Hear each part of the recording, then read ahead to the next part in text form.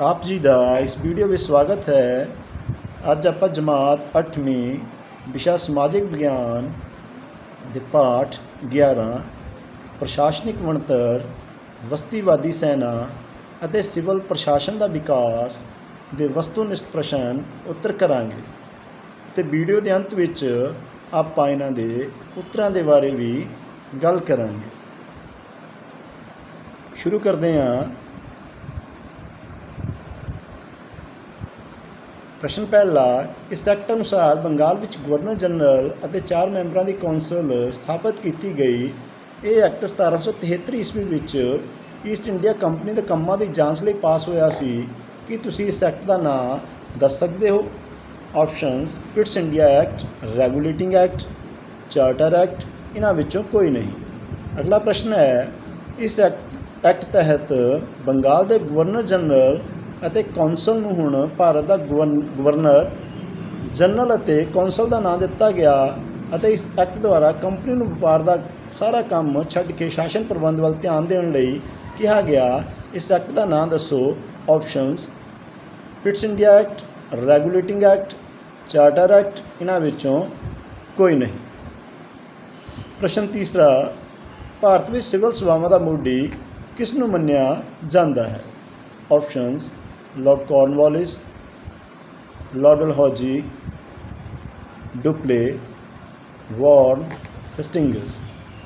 प्रश्न चौथा, 1773 ईस्वी के रैगूलेटिंग एक्ट अनुसार कलकत्ते में सर्वोच्च अदालतों की स्थापना की गई, जिस दे लई लॉर्ड कॉर्नवालिस ने कॉर्नवालिस कोड नां की पुस्तक तैयार करवाई सी।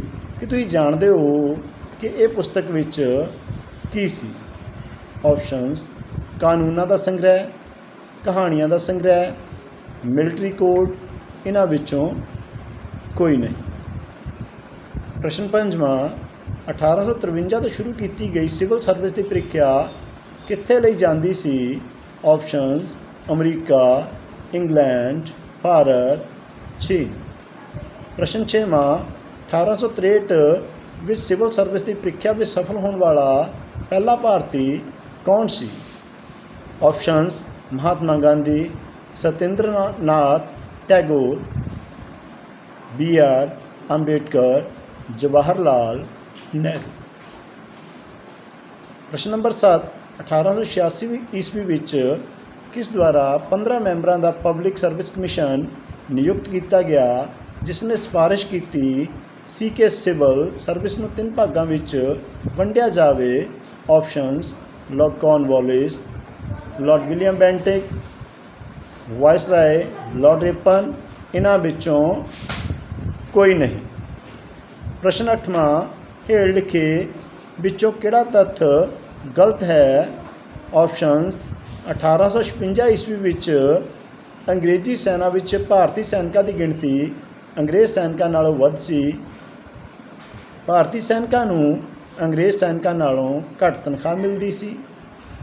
अंग्रेज़ अधिकारी भारतीय सैनिकों नाल चंगा व्यवहार करते सी।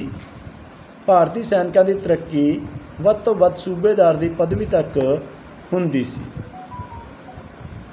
प्रश्न 9वां, लॉर्ड कॉर्नवालिस ने अंग्रेजी प्रशासन विच कानून ਅਤੇ शांति स्थापित करने लई पुलिस विभाग में सुधार किए। कि तुसीं दस सकते हो कि अंग्रेजी प्रशासन विच हरेक थाने के मुखी नूं की कहा जाता सी? ऑप्शनस सूबेदार, थानेदार, हवलदार, दरोगा। प्रश्न 10वां, 1773 के रैगूलेटिंग एक्ट राहीं कित्थे सर्वोच्च अदालत स्थापित की गई? ऑप्शनस मद्रास, कलकत्ता, पंजाब, दिल्ली। लो बच्चों, हुण आपां इन्हां प्रश्नों के उत्तरों के बारे जानते हाँ। प्रश्न पहला, इस एक्ट अनुसार बंगाल विच गवर्नर जनरल ਅਤੇ 4 मैंबरों की कौंसल स्थापित की गई। ये एक्ट 1773 ईस्वी विच ईस्ट इंडिया कंपनी के कामां की जांच लई पास होया सी। कि तुसीं इस एक्ट का नाम दस सकते हो? इस प्रश्न का उत्तर है रैगूलेटिंग एक्ट। प्रश्न दूसरा, इस एक्ट तहत बंगाल के गवर्नर जनरल ਅਤੇ कौंसल ਨੂੰ ਹੁਣ ਭਾਰत का गवर्नर ਜਨਰਲ ਅਤੇ ਕੌਂਸਲ ਦਾ ਨਾਂ ਦਿੱਤਾ ਗਿਆ ਅਤੇ ਇਸ ਐਕਟ ਦੁਆਰਾ ਕੰਪਨੀ ਨੂੰ ਵਪਾਰ ਦਾ ਸਾਰਾ ਕੰਮ ਛੱਡ ਕੇ ਸ਼ਾਸਨ ਪ੍ਰਬੰਧ ਵੱਲ ਧਿਆਨ ਦੇਣ ਲਈ ਕਿਹਾ ਗਿਆ। ਇਸ ਐਕਟ ਦਾ ਨਾਂ ਦੱਸੋ। ਇਸ ਪ੍ਰਸ਼ਨ ਦਾ ਉੱਤਰ ਹੈ ਚਾਰਟਰ ਐਕਟ। ਪ੍ਰਸ਼ਨ ਨੰਬਰ 3, ਭਾਰਤ ਵਿੱਚ ਸਿਵਲ ਸਭਾਵਾਂ ਦਾ ਮੋਢੀ ਕਿਸ ਨੂੰ ਮੰਨਿਆ ਜਾਂਦਾ ਹੈ। ਇਸ ਪ੍ਰਸ਼ਨ ਦਾ ਉੱਤਰ ਹੈ ਲਾਰਡ ਕਾਰਨਵਾਲਿਸ। ਪ੍ਰਸ਼ਨ ਨੰਬਰ 4, 1773 ਈਸਵੀ ਦੇ ਰੈਗੂਲੇਟਿੰਗ ਐਕਟ ਅਨੁਸਾਰ ਕਲਕੱਤੇ ਵਿੱਚ ਸਰਵਉੱਚ ਅਦਾਲਤਾਂ ਦੀ ਸਥਾਪਨਾ ਕੀਤੀ ਗਈ, ਜਿਸ ਦੇ ਲਈ ਲਾਰਡ ਕਾਰਨਵਾਲਿਸ ਨੇ ਕਾਰਨਵਾਲਿਸ ਕੋਡ ਨਾਂ ਦੀ ਪੁਸਤਕ ਤਿਆਰ ਕਰਵਾਈ ਸੀ।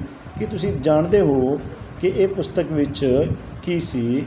ਇਸ ਪ੍ਰਸ਼ਨ ਦਾ ਉੱਤਰ ਹੈ ਕਾਨੂੰਨਾਂ ਦਾ ਸੰਗ੍ਰਹਿ। ਪ੍ਰਸ਼ਨ 5ਵਾਂ, 1853 ਤੋਂ ਸ਼ੁਰੂ ਕੀਤੀ ਗਈ ਸਿਵਲ ਸਰਵਿਸ ਦੀ ਪ੍ਰੀਖਿਆ ਕਿੱਥੇ ਲਈ ਜਾਂਦੀ ਸੀ। ਇਸ ਪ੍ਰਸ਼ਨ ਦਾ ਉੱਤਰ ਹੈ ਇੰਗਲੈਂਡ।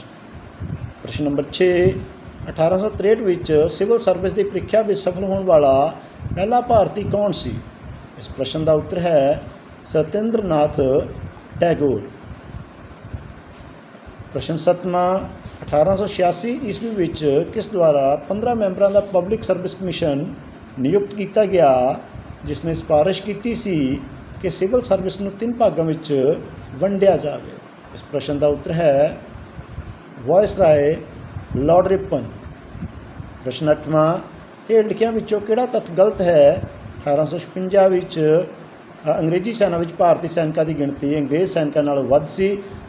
ਇਹ 4 ਆਪਸ਼ਨਸ ਹੈਗੀਆਂ ਆ। ਇਹਨਾਂ ਦੇ ਵਿੱਚੋਂ ਉੱਤਰ ਹੈ ਅੰਗਰੇਜ਼ ਅਧਿਕਾਰੀ ਭਾਰਤੀ ਸੈਨਿਕਾਂ ਨਾਲ ਚੰਗਾ ਵਿਵਹਾਰ ਕਰਦੇ ਸੀ। ਇਹ ਤੱਥ ਗਲਤ ਹੈ।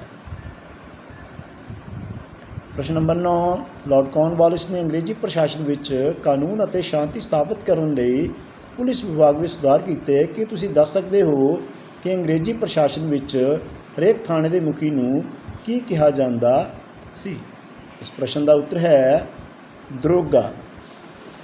ਪ੍ਰਸ਼ਨ 10ਵਾਂ, 1773 ਦੇ ਰੈਗੂਲੇਟਿੰਗ ਐਕਟ ਰਾਹੀਂ ਕਿੱਥੇ ਸਰਵਉੱਚ ਅਦਾਲਤ ਸਥਾਪਿਤ ਕੀਤੀ ਗਈ। ਇਸ ਪ੍ਰਸ਼ਨ ਦਾ ਉੱਤਰ ਹੈ ਕਲਕੱਤਾ। ਇਸੇ ਤਰ੍ਹਾਂ ਹੋਰ ਵੀਡੀਓ ਲੈ ਕੇ ਆਪ ਜੀ ਦੇ ਰੂਬਰੂ ਹੋਵਾਂਗੇ। ਤਦ ਤੱਕ ਲਈ ਸ਼ੁਕਰੀਆ।